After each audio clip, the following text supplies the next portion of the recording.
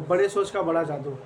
तभी जब हमने बताया था कि फर्स्ट चैप्टर जो उसका है, बोलते ना उसमें फर्स्ट चैप्टर ये था, आप अगर विश्वास करेंगे तो आप पहाड़ भी हिला सकते हैं, विश्वास होना चाहिए। तो दूसरा चैप्टर है इनका बहाना साइटिस का इलाज। तो दुनिया में क्या होता है कि इस चैप्टर में बहुत अच्छे से बताया गया है, कहीं ना कहीं हम लोग अपने बहाना किसी न किसी चीज़ के बारे में बहाना बनाना चालू कर देते हैं। तो बुक का जो समरी यही है कि बहाना साइटिस का इलाज।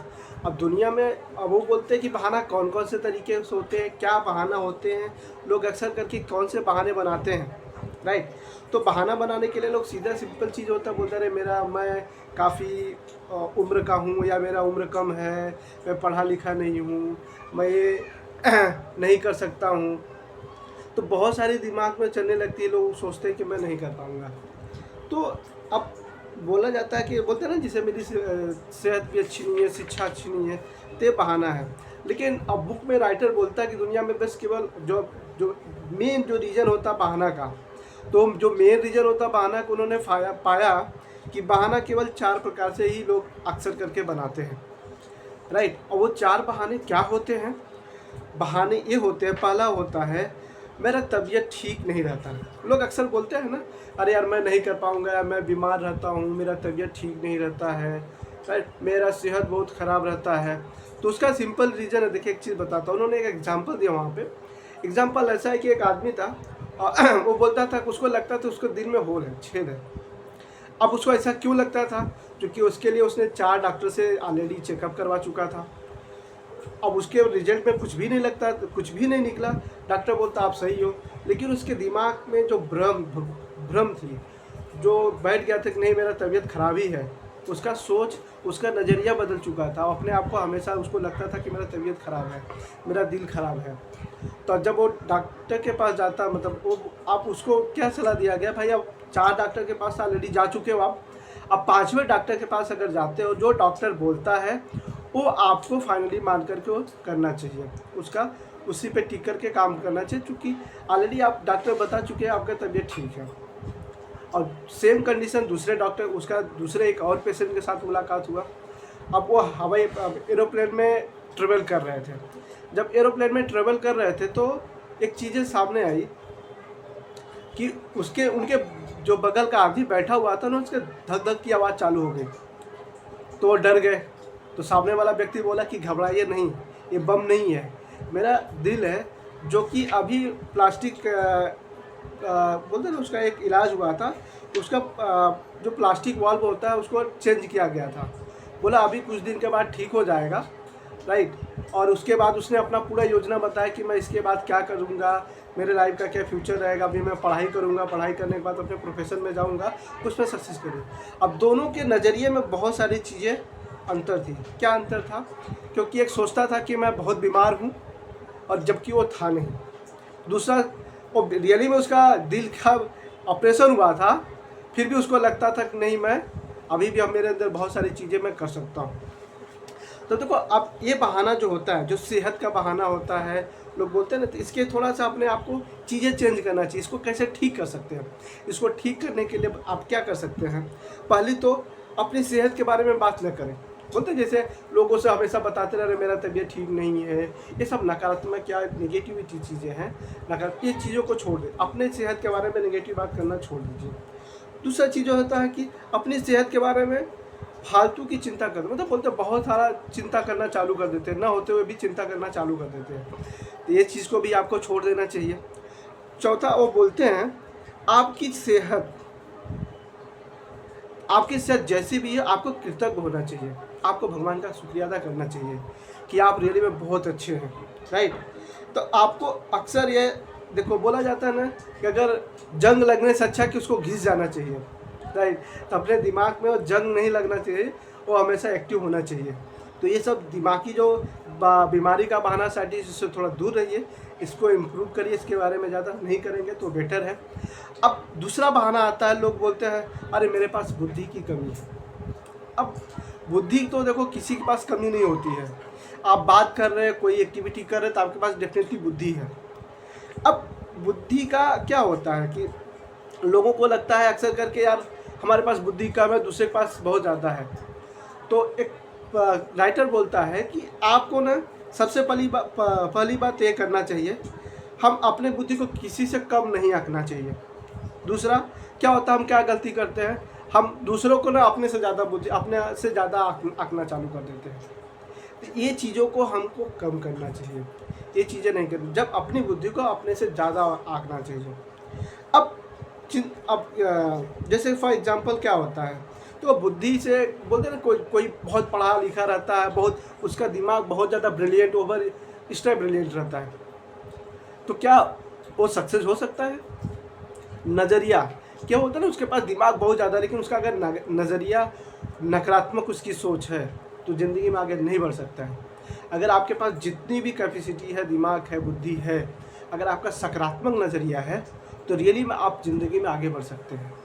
तो आपके जो नज़रिया है वो हमेशा सकारात्मक होना चाहिए, न कि निगेटिव होना चाहिए ना। जिसे बोलते हैं अगर साइंटिस्ट बनना है, एग्जांपल दिया हुआ है, अगर साइंटिस्ट बनना है तो ज़रूरी नहीं है कि आपका दिमाग बहुत ज़्यादा तेज़ हो, आप हमेशा 3rd डिवीज़न से ही पास हो, ग्रेड भी अच्छा ना आए, लेकिन आप वैज्ञानिक बन सकते हैं, आप सफल हो सकते हैं। बस एक चीज़ ज़रूरत होती है, 2 चीज़ों की। क्या?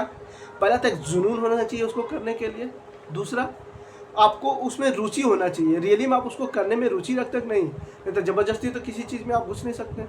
जब रुचि रहेगा तभी उसमें आप सफल हो सकते हैं, राइट। तो ये चीज़ें होता है। तो अब जैसे बोला जाता है ना कि आइंस्टाइन से किसी ने बोला कि यार आपके पास बुद्धि बहुत ज़्यादा है, तो आप कुछ चीज़ें बताओ। तो आइंस्टाइन ने बोला देखो ना, अपने दिमाग में हम बहुत सारी चीज़ें भी नहीं रखते हैं। अब किसी ने कुछ क्वेश्चन पूछा, बोला कि मैं उसको अपने दिमाग में क्यों स्टोर करूं, जो कि हमको 5 मिनट में किसी बुक से देख करके पता चल जाएगा। तो वो बोलते हैं कि अपने दिमाग में भी बहुत ज़्यादा चीज़ें नहीं रखना चाहिए फालतू के, जो कि बहुत ज़्यादा बोझ होती है। दूसरा बुद्धि की बात से अगर बात आती है तो उन्होंने एक एग्जाम्पल है, हेनरी फोर्ड का उन्होंने एग्जाम्पल दिया। तो भाई हेनरी फोर्ड एक बहुत बोलते हैं ना, उनके पास दिमाग बहुत ज़्यादा नहीं था, लेकिन उनके जो नज़रिया, उनकी सोच थी हमेशा पॉजिटिव थी। वो किसी चीज़ के लिए वो जो करना चाहते, जिसमें वो गाड़ी के जिन्होंने जो क्रांति लाया उस समय, उनकी वो नज़रिया, उनका सोच, राइट, उनका पॉजिटिविटी, उनका उसमें रुचि की वजह से उन्होंने दुनिया में एक ऐसा लाया जिसमें मोटर गाड़ियों का उन्होंने बहुत सारा चीज़ इम्प्लीमेंट किया था। रीजन क्या था? उनकी उसमें रुचि थी। तो किसी ने उनको बोल दिया था कि आप बहुत ही अज्ञानी हैं, आपको पता नहीं होता है।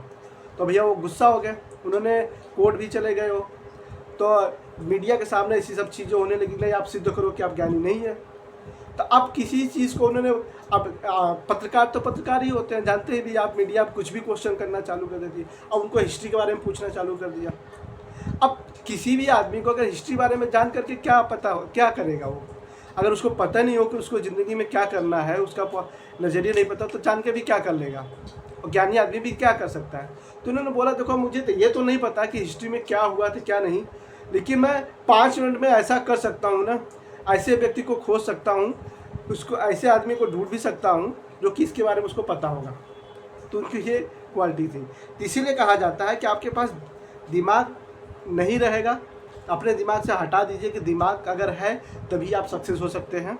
बस आपकी सोच और आपकी नज़रिया सही होना चाहिए। पहली बात इसमें आप इसको कैसे इम्प्रूव कर सकते हैं? आपका नज़रिया जो है, हमेशा अपने बुद्धि को कभी कम मत आंकिएगा, राइट, ना किसी से कम आंकिएगा। दूसरा, ना अपने आप को बार बार याद दिलाएं कि आपकी बुद्धि से ज़्यादा आपका महत्वपूर्ण है नज़रिया, राइट। आपकी सकारात्मक नज़रिया ही आप ज़्यादा इम्पोर्टेंट है आपके दिमाग और आपकी बुद्धि से। दूसरा चीज़, यदि आप किसी बोलते हैं ना, किसी लोग बुद्धिमान होते तो उनको लगता है ना, किसी चीज़ को रटने की कोशिश करते हैं, रटने से अच्छा है आपकी सोच उसमें महत्वपूर्ण ज़्यादा इंपॉर्टेंट होती है। आपकी सोच उसमें क्या है, आपका नज़रिया क्या। तो इस प्रकार से आप इसको इम्प्लीमेंट करके अपने ये बहाना साइंटिस्ट को अपनी ज़िंदगी से दूर कर सकते हैं कि आपके पास बुद्धि कम। अब थर्ड आता है, बोलते हैं ना नज़रिया, जिसको बोलते हैं कि मेरी उम्र कम है या बेसी है। लोग अक्सर बोलते हैं ना, यार मेरी उम्र तो बहुत कम है, जिसकी वजह से शायद मैं ये नहीं कर पाऊँगा, मैं अभी बहुत छोटा हूँ, इसकी वजह से ये मैं नहीं कर सकता हूँ।